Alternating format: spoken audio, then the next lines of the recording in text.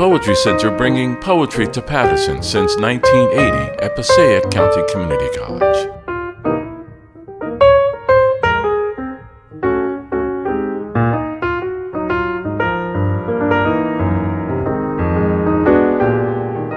And I'm so glad to have you here. And as John said, as some of you may remember, I'm Susan Amsterdam, the project director for this wonderful grant from the National Endowment for the Arts.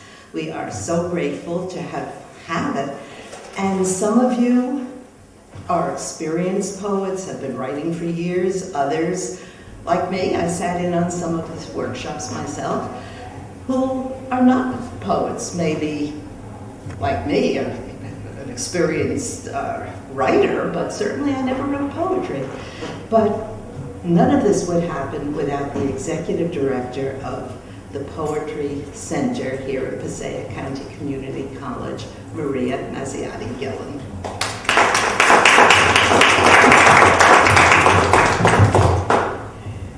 I'm very pleased to welcome you all here today. We certainly were very grateful to get this National Endowment for the Arts grant. It's a very prestigious thing to have gotten, and it was wonderful to see it in Poets and Writers along with these major organizations in the country. And I went to a meeting at the Associated Writing Programs Conference, and it was invited because we got this grant. And I look around and I see that here are these people from these gigantic organizations like the Academy of American Poets and Poets and Writers, and really very large, very well-funded organizations, and there we are. So it was really very exciting. I have to say that the program wouldn't have been possible without Susan Amsterdam and her coordination of it and directing of it. It became much more complicated to administer than we originally thought when we wrote the grant, and we certainly are very pleased by the response of the participants. Today we're having obviously a reading for Bridges, and I love poetry about mature adults of northern New Jersey. Such a euphemism for us, mature adults. And that's what we are, mature adults. And our perspectives are just a little bit different from the perspectives of 17 or 18 or 20-year-olds. And I think that's one of the things that makes this book so interesting, and I think will make this reading so interesting. So I'm going to bring Susan Amsterdam back to the podium to introduce the readers today.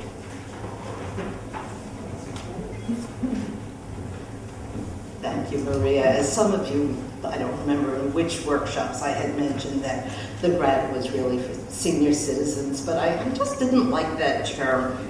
So we came up with mature adults. I didn't think of it as a euphemism. I thought it was less of a euphemism, actually. But at any rate, what we're going to do is read these in alphabetic order by author, and that's how the book is organized. And we're, as many of you know, on next Thursday, May 10th, we're having another reading in the Wanacue campus of the college. And I know some of you are coming to both readings, but I want to, again, welcome anybody who wants to come to both. That would be wonderful. And let me start out with Jim Wynn. Good morning. Really nice to be here. Thank you all for putting this together. Thank you, Susan. Thank you, Maria. Welcome off. My poem is called What Do I Want? I'm not sure if we all turned out the way you wanted us to. You had 3 children. We're all grown up, out of the house, married, have our own kids. You said all that was okay at the time. Even when we were home growing up, everything we did was okay. You said we were smart enough to make our own decisions about our lives, and we did. But now you're so critical about everything we do.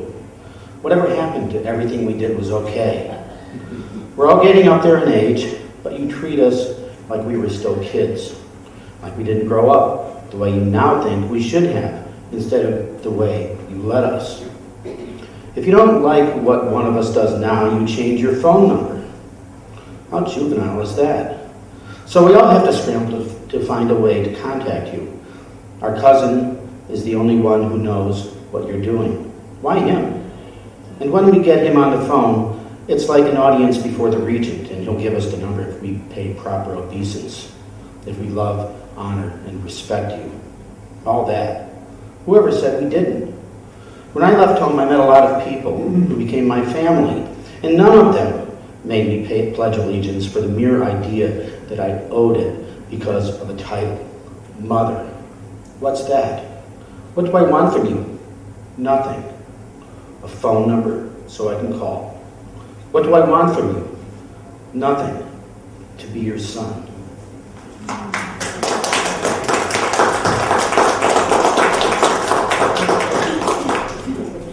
Thank you. And next we have Naomi Kahan.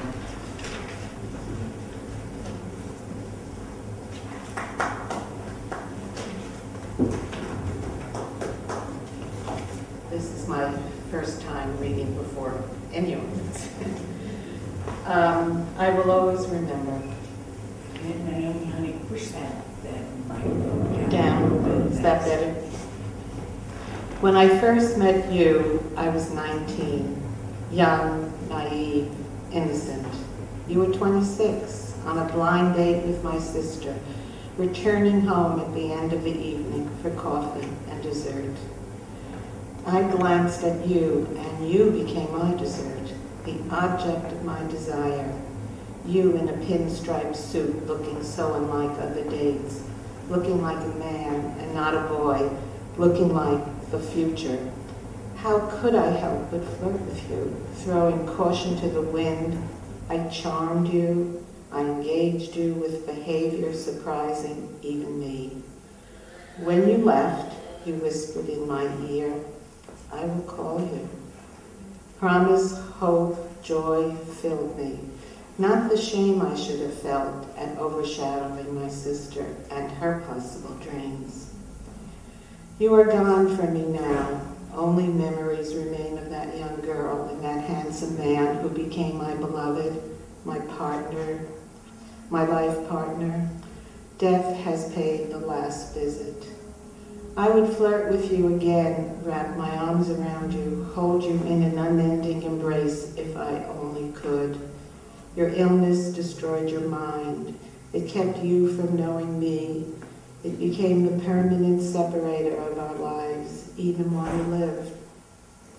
Sometimes death comes before the final end. It came slowly, day by day.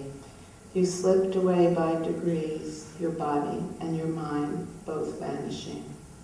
Then one day, as I held you in my arms, you took one last breath, and you were gone, leaving me with empty arms, leaving me with an empty life, leaving me with only the memory.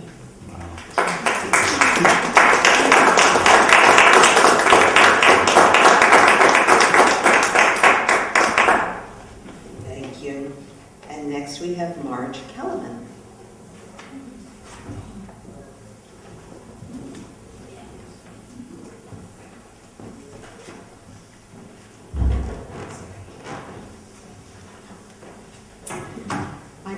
Called Red Pencil. It's for Mary, my friend, my workshop classmate. Here she comes, red pencil in hand, menacing all in her path. Sharpened every morning, that darn red pencil. Sharpened to an almost lethal point, that darn red pencil. She wears it down with circles and slashes and underlines, filling in missing punctuation and correcting misspellings. Rearranging words more to her liking. I'm seeing red. Make red marks on my paper, as many as you like, but you can't rearrange the words in my head.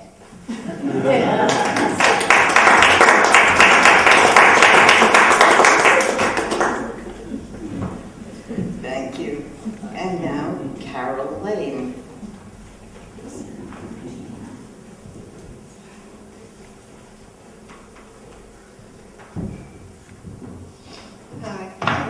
before either, but it was really fun to have the workshop and have the different poets come. So I was inspired, actually by Laura for this one. She gave us some topics, and this one was called The Last Time. The last time I galloped through the trees on a sunlit morning, the leaves were already leaving their branch tethers, building a trail carpet where my horse's hooves were dancing over silt and stones, quivering with inhalations of crisp air, breathing a steamy stream from flared nostrils as I grabbed mane. We were flying over a log in perfect tandem. The last time I galloped through the trees, I remember that they were my sacred cathedral, my horse's sweat, my solace.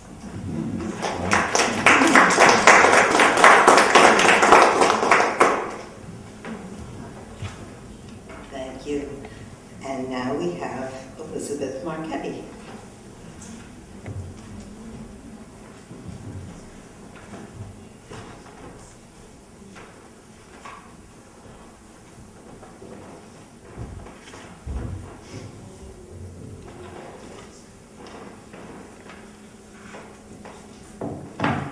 And I just had a recent discussion about the use of the word almost. It's mentioned twice in here. And I loved the workshops. They were fun. Thank you all. Seeking perfection. Well, I wasn't perfect at English. Almost. I wasn't perfect at Spanish. Almost. I was a total disaster at math of all kinds. And bookkeeping and I did not get along. I could sew. I used to sew a lot. I made beautiful dresses for me. I made even more beautiful dresses for my daughters. One time, my daughter Diane picked a pattern so difficult, I thought I couldn't do it. But I could. I did. My sewing machine and I, perfectionists. I remember I took the bus to downtown Patterson in those good old days of wonderful department stores like Meyer Brothers and Quackenbush's, and one fantastic store on Ellison Street, home of beautiful fabrics, patterns, buttons, threads, and such. I went in search of 4-inch zippers for the long fitted sleeves of that junior size 7 with the empire waist and the many gored skirt. I found them. I finished the dress. I wonder what became of that blue silk perfection. Thank you.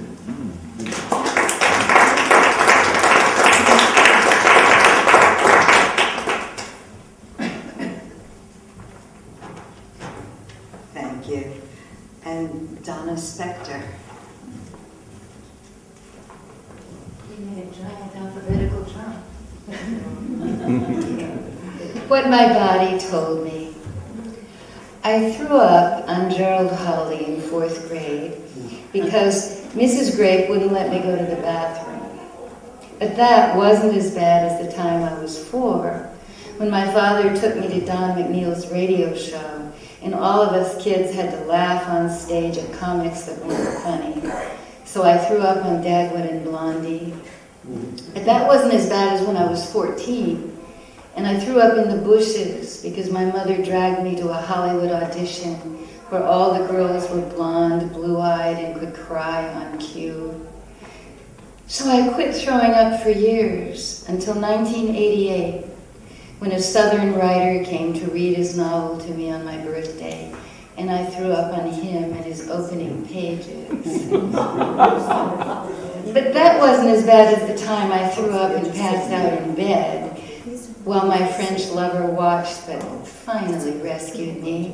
And I threw up on the doctors and nurses in my clean white hospital room until they cut me open and took out whatever was making me throw up. All those words I could never say, the fears and tears, anger like a big red lump. And I knew I'd never have to throw up again.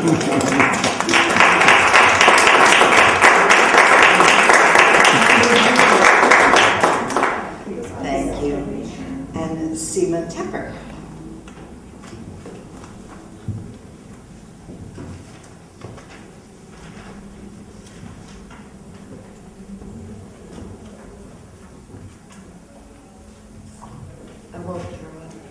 No metamorphosis. I cannot tell you how uncomfortable I felt dressed in the pink formal gown borrowed from Cousin Sheila. You fussed with my hair, loaned me pearl button earrings with a bracelet to match. Aunt Harriet, you had arranged a date for me with one of the Platt boys to attend a dance at the Broadmoor Country Club. Aunt Harriet, I was only 13. I loved visiting you. I loved Uncle Max. I even loved little Steffi when she bit my toes in the morning. You, so glamorous in your Cadillac convertible, top down, curly brown hair windblown, slender, a fur scarf at your throat, high heels clicking when we went to Ayers for lunch, the special open turkey sandwich with a dollop of caviar on top. How could I tell you the pink dress was too tight? I couldn't tell Melvin Platt I was 16. You greeted him at the door in your long blue silk dressing gown. He shoved a flower box at me. You said, "Oh, a gardenia, how so beautiful." You pinned it on my shoulder. It smelled awful. I didn't want to smile.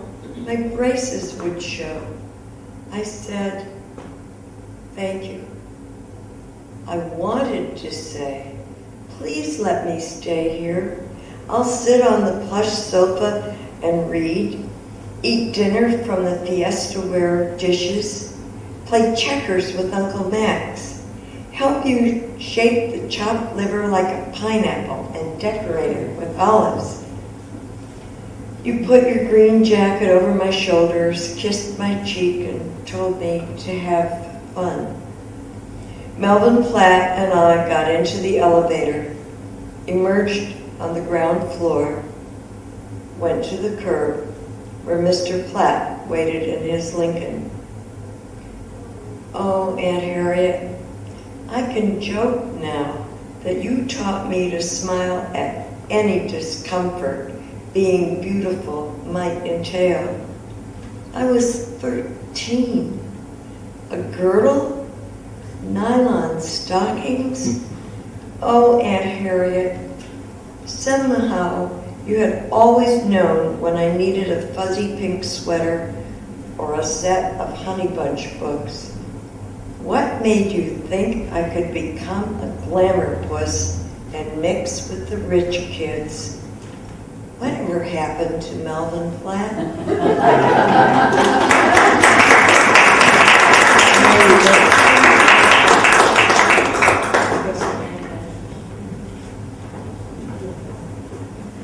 Thank you.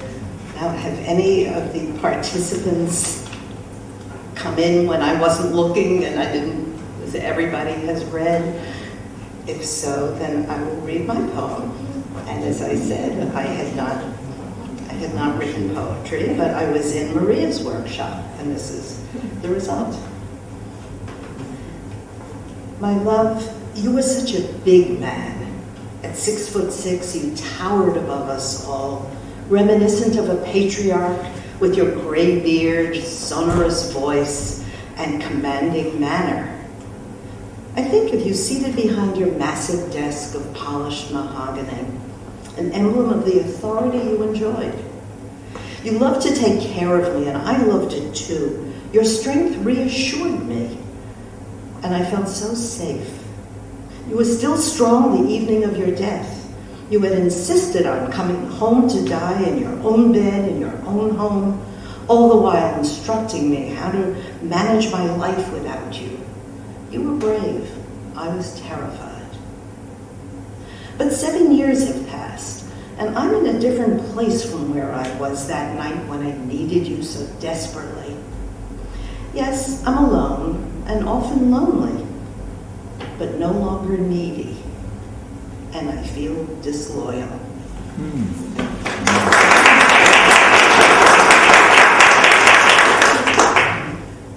Oh, did I skip you? I'm so sorry. How did I do that? Well, I guess I did. Bob Rosenblum. I apologize.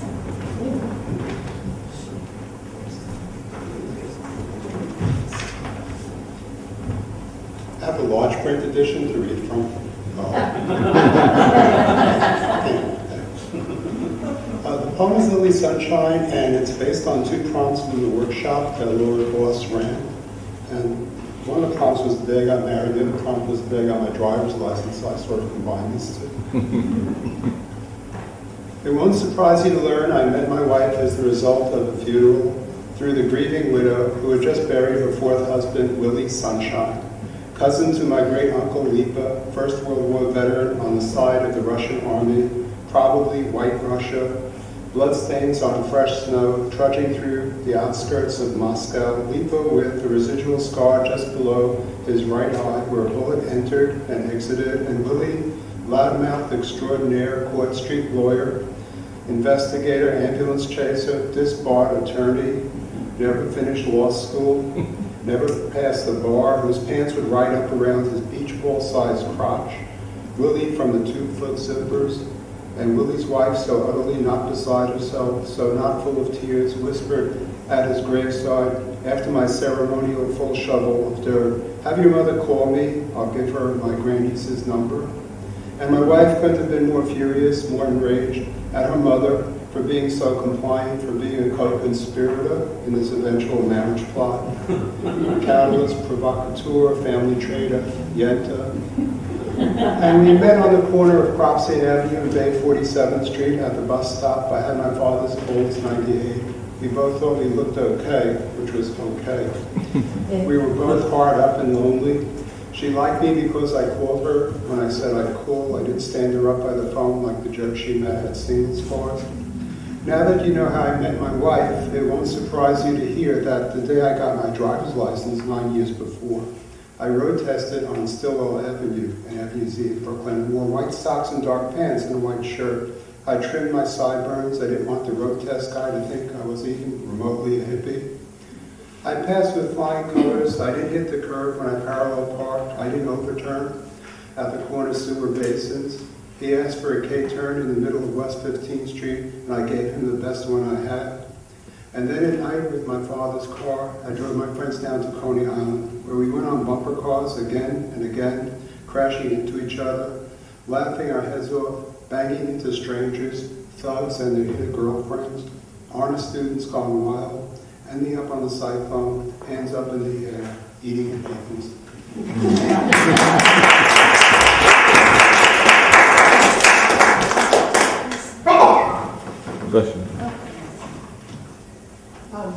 I'm scheduled to speak on the 10th, but if you would like for me to practice Absolutely. here. Absolutely. Come on up, especially since you were referred to. This is the lady with the red pencil, Mary Loudon. Yes, absolutely. And what's your name? Mary Loudon. And I'm going to read from my original because the print is small there for me to read. Because I wrote too much. Oh, and since this poem actually was dedicated to Laura Boss, Laura asked me to mention to all of you that she would have loved to have been here, but she had a conflict, something at the Dodge Foundation. I'm not sure what it was, but she had to be doing something for the Dodge Foundation today. And she says hello to everybody whose workshops she led. And it was especially important for me to just mention this because of Mary's poem being dedicated to her. Well, actually, or that poem is a little bit emotional for me, so I think I'm going to read the other one. Oh, okay. I wrote 2 very sad poems. One of my dead fiance who died of an asthma attack when he was 20 years old, and this was the one Susan was referring to. And the other one was a little red-tailed hawk, which died on my farm. And both of them are emotional, and I'm not used to reading in public, and I'm not used to writing poetry. As Marge pointed out, I'm a copy editor with a red pencil. So I'll try my best. And if I start to cry, please forgive me. Little Red Tail. You fell from the highest nest in a tall oak tree beside the woodland path we hike on every day. No one knows how long you lay there, stoic, quiet, feigning invisibility, ruffled feathers blended with rotting leaves that might have cushioned your fall. Not one of our dogs noticed your gangly body, nor smelled the signs of stress at the base of the oak. My husband saw you sitting in the leaves one morning and carried you carefully to our country cottage. He called me to come and see what he had found. You sat erect, but tense and tired, in a small box on our deck. I cautiously filled the box with clean hay, careful not to touch you. Your fluffy head passed side to side, feathers ruffled, wary as your bright black eyes searched my timid face. At first, you seemed enraged. I thought you might attack. Your beak was large and curved, sharp and open. You had the heart of a raptor, fearless, fierce, and free. Ravenous little fledgling, you were determined to live. You grabbed those solid chunks of juicy beef with gusto. I chopped the meat until you had your fill, and I rejoiced. Your hearty appetite was a wonderful sign. You would live, you would grow, you would someday fly into the clouds. Not wanting to frighten you, I did not touch you. Your eyes watched me constantly. I fed you every hour. When you were full, I returned you to the nesting tree and left you there, propped inside a bowl of hay. Looking up at me, you peeped in vain for several lonely hours. I spied on you from time to time, hoping nature would take charge. But no mother came, no fledgling siblings cried, no hawk swooped down to claim her own. It broke my heart. I did not know the length of time that you and she had been apart. You were hungry again. You peeped. I took you home and placed you in your box. I did not touch you more. Again, your watchful eyes searched my face. Again, I fed you on the hour. A night, a day had passed. You ate upon each hour, your cries demanding, harsh and shrill. I took pride to think your hawkish brain had learned my face. I fed you chunks of beef and feared no more that you would plunge your beak into my palm. Your eyes met mine, and maybe insight passed from hawk to human and back again, or so I hoped. I yearned to understand your shrieks, your tiny peeps. I fell asleep that night, lost in impossible avian dreams of you and me together flying high above the Jersey hills. The second dawn, I rose and rushed to feed you in your covered box. Suddenly, I sensed that all was wrong. I found you weak and quiet, your peeps subdued. You barely lifted up your head. Your eyes no longer tried to meet my own. You begged and ate no more. And then, as suddenly as you had come to me, you passed away. I could not move nor breathe. I was in shock, as clearly you had been in your final tragic dying hours before that rosy dawn.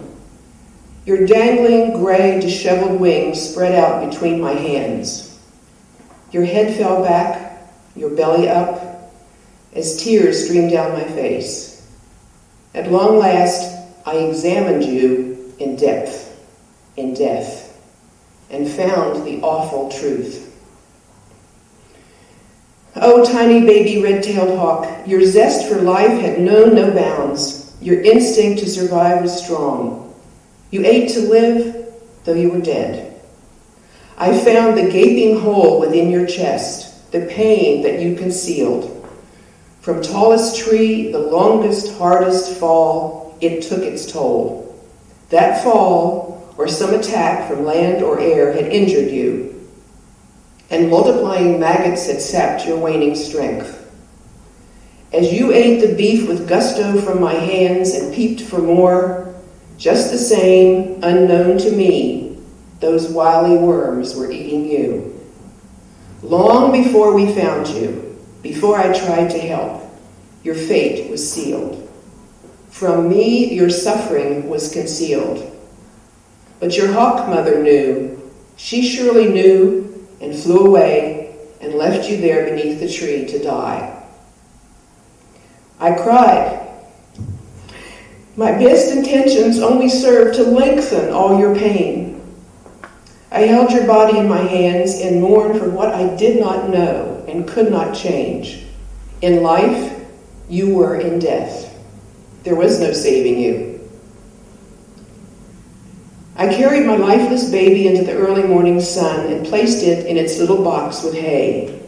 Hearing distant sounds, I looked upward at the sky, and below the clouds that scudded by, 2 hawks were slowly circling overhead above the deck. I heard their shrieking cries and saw their outstretched wings. I sat quite still and watched them soar until they finally flew away. Such a feeling of connection to all living things upon this earth then filled my heart, a peaceful sadness that I barely understood. I write this not to end my story well, but to tell the truth of what I saw. High up there within the clouds, 2 red-tailed hawks had said farewell. They flew to other dark green forests in these northern Jersey hills. In noonday sun, I took the hay-filled box and said goodbye and buried my courageous little bird beside the shimmering pond. And that was all I ever knew of you, my little red tail, mi gabilan.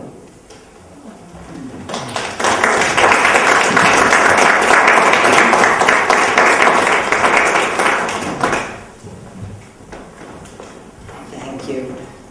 And is there anybody else that I skipped? This is so embarrassing because I'm so detail-oriented. Okay.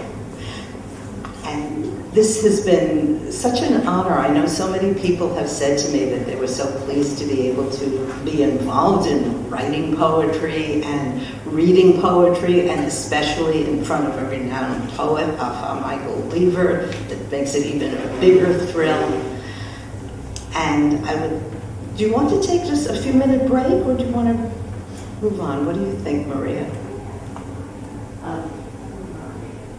Sure. Well, why don't we take a 5-minute break? And then Yes. Okay, let's say 5 minutes. I think we're all back and comfortable and now ready for our next phase of the morning. It's just such a pleasure, such an honor to introduce Alpha Michael Weaver.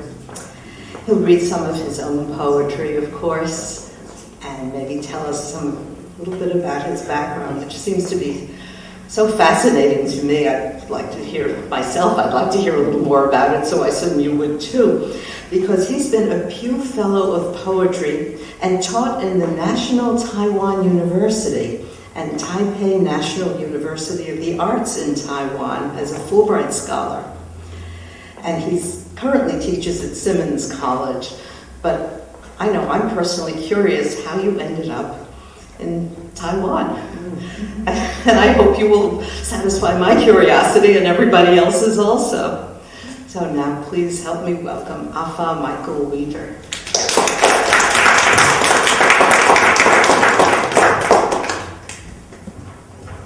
Thank you, Susan. Good morning. Good morning. I'll have to adjust this. Is that right?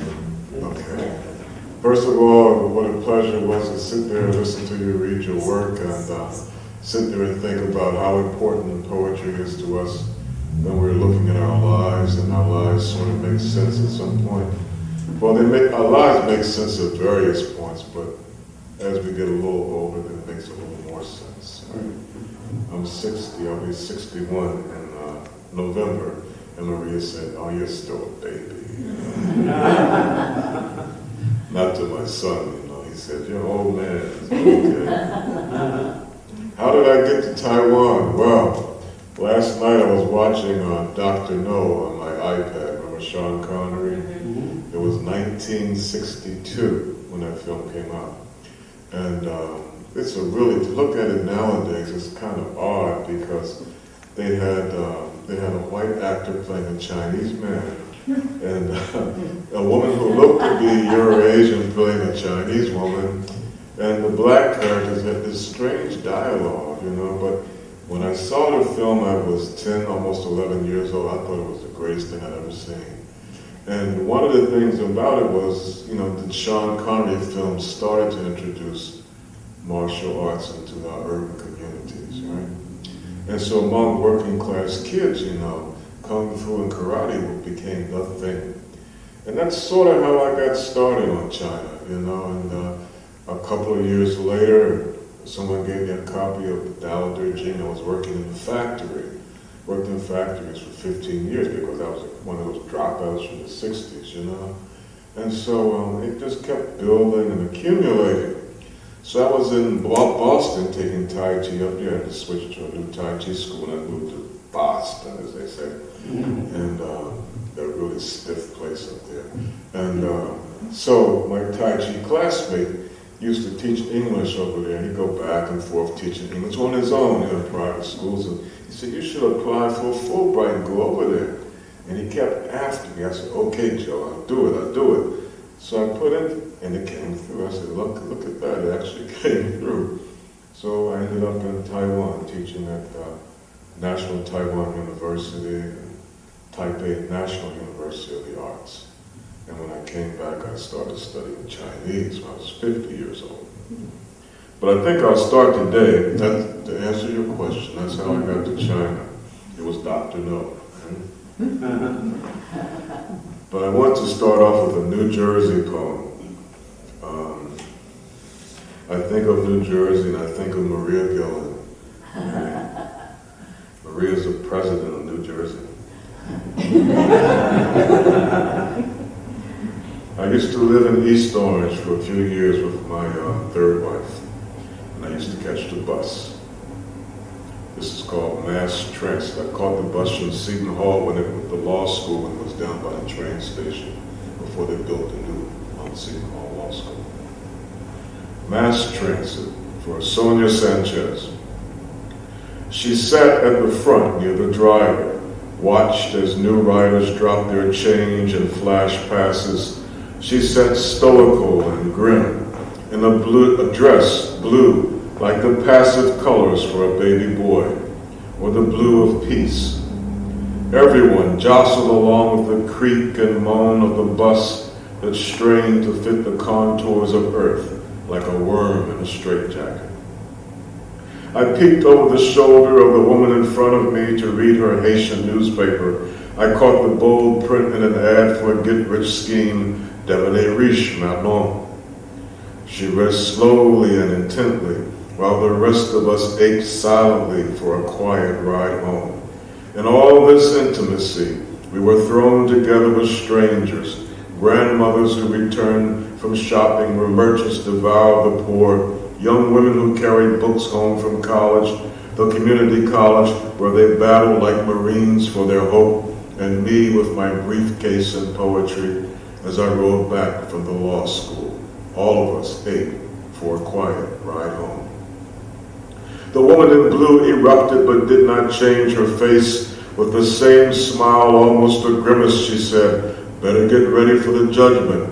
My Lord is coming down." The bus rattled over a large pothole as we all shot up stiffly for a second and realized she was preaching. All this crack and stuff, the Lord don't like it. You're all guilty. Suddenly she became what I suspect she wanted to be. The angel sent in the last hour before the others come with their wrecking crew of pestilence, famine, and war. They turn a perfect summer day like this to burning blood and raised a lake of fire so that everyone can see. The serpent beat the surface with his infinite tail. Her blue became the blue of some fires that look cool from a distance, belie their ability to make the skin crackle and curl to ash. The driver picked up speed, hoped that each stop would be hers and her sermon would stop its march up and down like a rider who intimidates on the late-night buses where the angry old men ride. But she sat as if riveted to her seat. Slowly the passengers began to thank her as they got off, those riders who knew the hour of our condition. They touched her softly on the knee and whispered kindly to her, "God bless you, sister." She smiled and adjusted her grip on her Bible. We began to forget about her in Judgment Day. We bounced along, braced ourselves for the awkward crawl around the corners as we passed the deserted lots of Newark and headed into East Orange. There, men in disheveled clothes gathered near abandoned buildings. It seemed that doom had already come with its heralds and gone. Through it all, I thought of a friend's dispensation for those traveling the apocalypse. Only the poor ride the bus.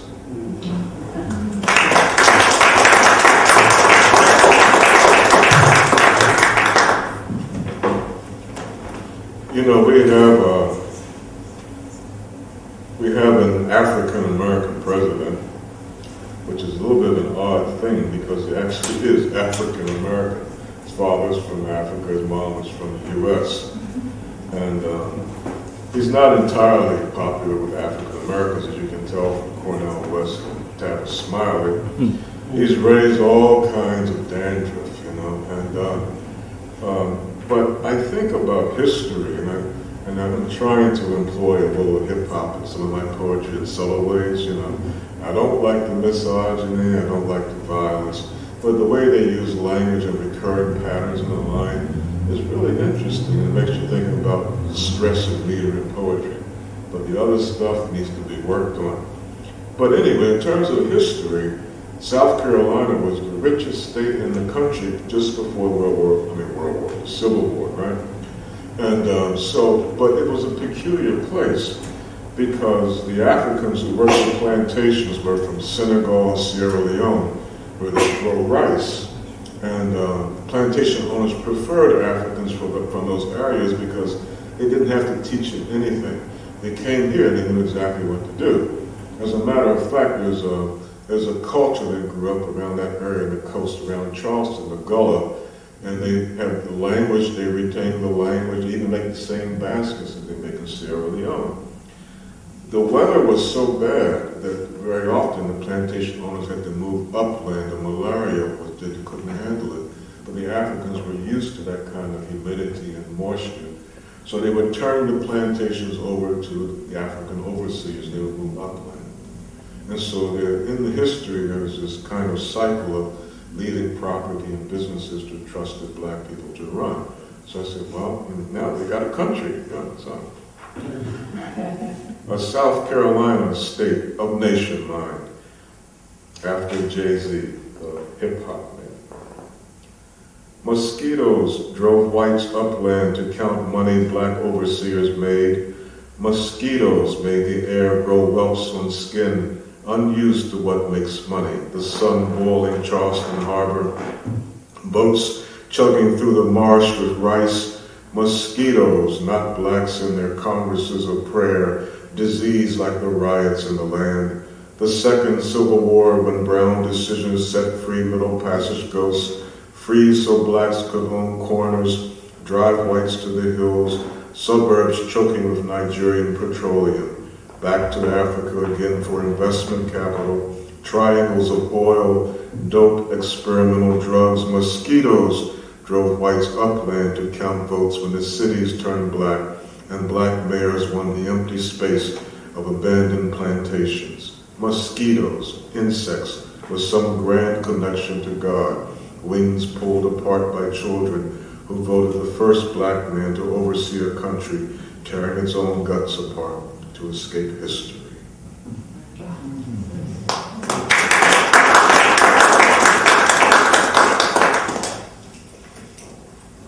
And I'm from Baltimore, Maryland, and Baltimore wanted to be in a confederacy, so it was an embarrassment to the Union, so they had to send troops into Baltimore.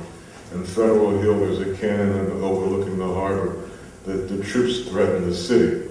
You know, you cannot go into the Confederacy because you're north of the Union capital. It would be embarrassing to have a Confederate city above Washington. So quite a few people in the Baltimore city government were put in prison. And the prison that they used at the time was Fort McHenry, where the national anthem was written. So all these ironies and just peculiar things about Baltimore.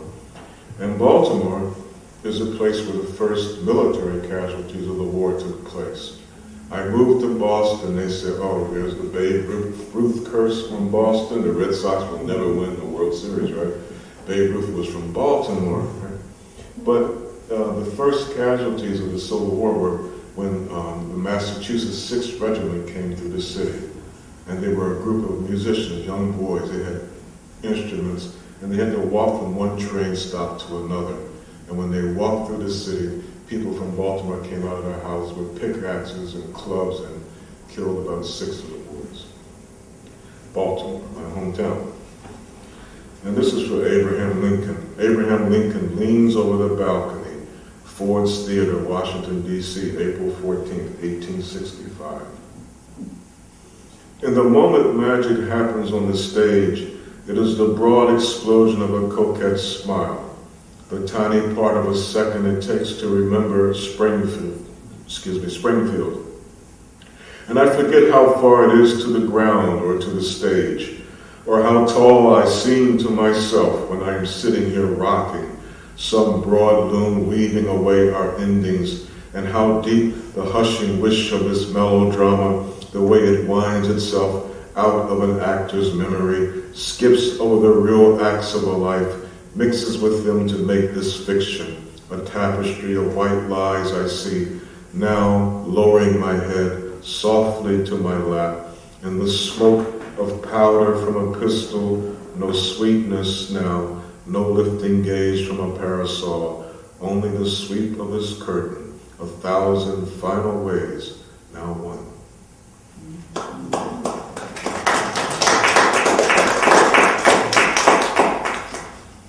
And so I went to Taiwan the first time, and my Chinese was barely existent, right? And so I'd get in a taxi cab, and I would tell the taxi driver to take me to the gate of the university. And so, you know, the word for university is da shui. You know, da goes down, shui comes up. But I would say da shui, which means hit the blood and kill all the people in the village. So I came back and started studying Chinese. If you don't get those tones right, you get in a lot of trouble. There's some words you use in Taiwan you definitely don't use in mainland because you'll get in trouble. But this was about when I moved to Taiwan a few years later for 8 months on sabbatical to study Chinese. Theme for intermediate Chinese. After Langston Hughes' theme for English P. Teacher recites and I follow, copying her words, taping the class so I can listen at home. Make sentences, she says, one for every word, and I count them in Chinese, building the tones from memories. A child of the 50s, it is the time of my 50s when I rub my hair and touch only the wrinkly skin that has forgotten hair. I count days as gifts now, homework as a gift, and this small, flat 12,000 miles away on the other side of forgetting and remembering. I take the MRT subway to my neighborhood, walk past the lady who is not so nice, to the faces that warm and brighten when I pass, through the park with children, slides, swings, and old women under the trees, across the tiles of the walkway to my building to press my security key to the elevator, kiss it softly to say, it's me again, as if the key doesn't know the only black man in the neighborhood. War is a word for I, and it sounds like woe's sadness, or woe, the sound to stop the whirring of things. I practice it, writing over and over, rolling on the sound of the elevated train going by, where everyone knows I is me. I meditate on the congregation of genes and wishes that brought me here. Counting back the 4 generations to the first African, naming along the way the Native Americans, Europeans, a polka dot army of chromosomes and molecules like tiny spaceships that align themselves with mystic glue, so that I am the same mystery each day and do not dissolve into a glob in the midst of Taipei's rush to go and buy things, as I recite alone to myself the Chinese for going and buying. What have I bought in this place where only the inside can matter, and the outside is so many things to so many, and who are we? The Chinese sentence for this takes me all night into the slide of constellations over night markets and the human clinging of music to silence. We are genes, we are the art of the mind of some great emptiness above, or here below, inside the bulb of a beat, things that grow underground and thrive on darkness, the humble fullness of light.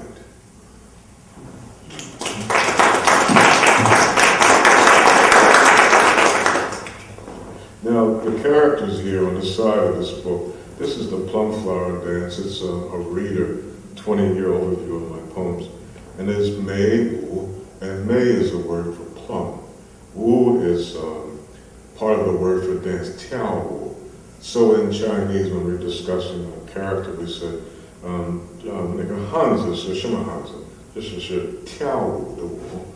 so you talk to, well, which Wu is this? This is the Tao Wu, the Wu. And so in Taiwan, a poet friend of mine said, Afra, I need to tell you something. And I said, okay, what is it? He said, listen to me. That means oversexed. I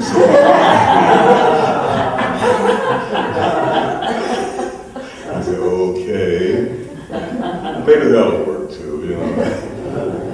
I'll try to figure that into the next book and make it make sense here. But I was staying in a monastery in Taiwan and working on this new book of mine that's coming out sometime, well, early next year. And part of the process of maturing as an adult for me, I don't know if I'll ever be really mature, but having come to terms with the fact of having been abused as a child and having a disastrous history of relationships, I was in this monastery in Taiwan because a friend asked me to come and teach Tai Chi to the nuns, all right? And they were really mischievous nuns. One of them kicked me. I said, look, you're a Buddhist nun, you're not kicking me. But that's where I started working on this manuscript. It was the spring of 2005. And Henan sits on the east coast of Taiwan, right on the Pacific Ocean. You can walk down about 150 yards from the gate of the monastery into the ocean. And there's this huge statue of Guanyin, the goddess of compassion, sitting on the top of the hill. So I would go up and sit up there next to Guanyin and bemoan my station in life, you know. But these bamboos grow. Bamboo is a weed. It grows like mad. And they're all around the side of the hill there. So I wrote this poem called Leaves. The lines that make you are infinite, but I count them every day to hear the stories you carry. These are not secrets but records, things we should know but ignore. If I commit the sin of tearing you from the tree, I find another world inside the torn vein, another lifetime of counting the records of who walked here before, of what lovers lay here holding each other through wars and starvation. Some days I stand here until I lose focus and travel, drifting off out of the moment, too full of it, and my legs are now like trees, mindless but vigilant, held into the earth by the rules of debt, what we owe to nature for trying to tear ourselves away. I drift and the pleasure of touch comes again, layers of green in the mountainside are tickling in my palms. The pleasure is that of being lost here in the crowd of trunks and pulp, the ground thick with the death of you, sinking under my feet as I go, touching one and another, linking myself through until the place where I entered is gone. When I am afraid, My breath is caught in my throat. When I am not afraid, I lift both hands up under a bunch of you to find the way the world felt on the first day.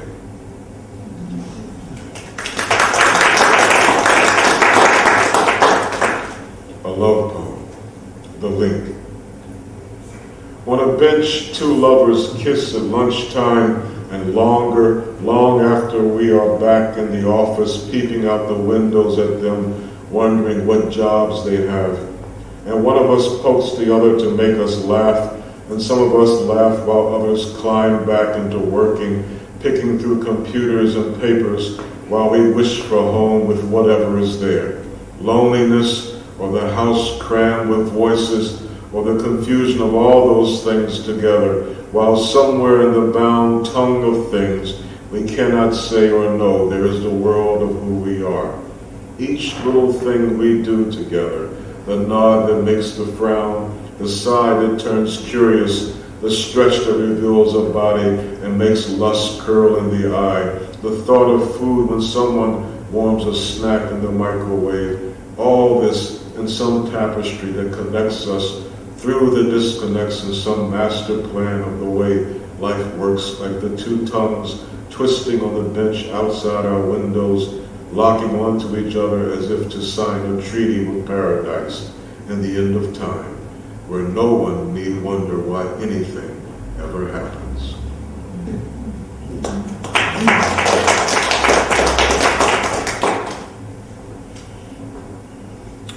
PMS.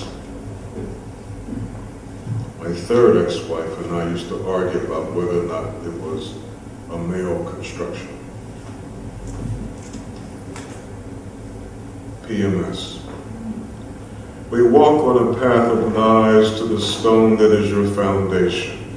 It is in a swamp where your fears hang like moss, snakes slide through tears that have lain there gathering. The rains come every month with thunder that makes your head rattle and break open. It is then that we enter. I hold a light and take your hand in mine. Each step is like both giving up and trying again. Each step opens wounds that bleed in streams of bats squeaking out of us. At the stone there is an inscription in the hand of a woman now long gone. Off the knives, we take the wooden walkway to see the stone. It turns to fire, the words blazing like faces. I have to pull you closer.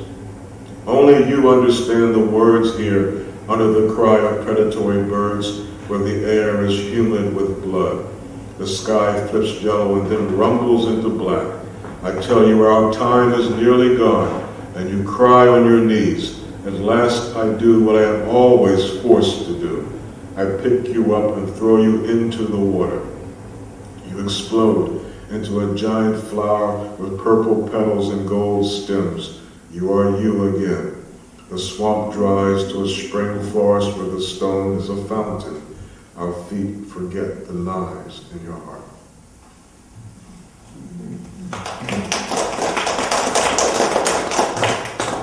Now in New Jersey, I lived here. I also taught at Rutgers, and I taught at the Southern campus in Camden. And that's where I got tenure. And if you know anything about Rutgers, it's hard to get tenure at Rutgers. It's a large research university. So I worked very hard. And I got early tenure, and I got a heart condition. So I got the word about my tenure in April, and the third week in June, last week in June, I was in hospital at the University of Pennsylvania, HUP in Philly, in the cardiac unit with congestive failure. And my left ventricle had just sort of given out. And, there was no surgery to be done. This was all a matter of getting my life together. And so I'm much better now, but they wanted to give me another heart. And I said, I don't like that option. A poet has to just go with what he got, And so I chose not to do that. I did other things and actually recovered quite well. But I watched the film All That Jazz, open heart surgery. I'm like, this, That was just your own heart, never mind the fact that take it out and put this other, And you're actually on this machine for quite a while. But this is a love poem for the lady that I was going with when I left Philly, I left New Jersey, moved to Boston. My heart. If ever they trace the lines of my chest with ink, as you trace them with your tongue, kiss me first. Hold my tongue to yours, pull it until it goes numb, paste your lips to mine until I can taste your birth. If ever they open me and the bluebirds come rushing out, I want to hear you sing in the flutter of wings. This is the way things are healed. This is how the tired travelers gaze into the eye to be sustained. And when the blood goes rushing away from me like children who have opened a forbidden spout, touch something of mine. Hold me that way to know that I want to hold you more than life itself, but a choice must be made. Some vinegar must go where agony cries out already enough. I hang in the tiny crochet and feeble hands as they give me a stranger's heart. If all of this is just a dream and you fly away from me before the gray takes over, I will touch you everywhere I go. I will declare the world your body and christen our children in the air of name.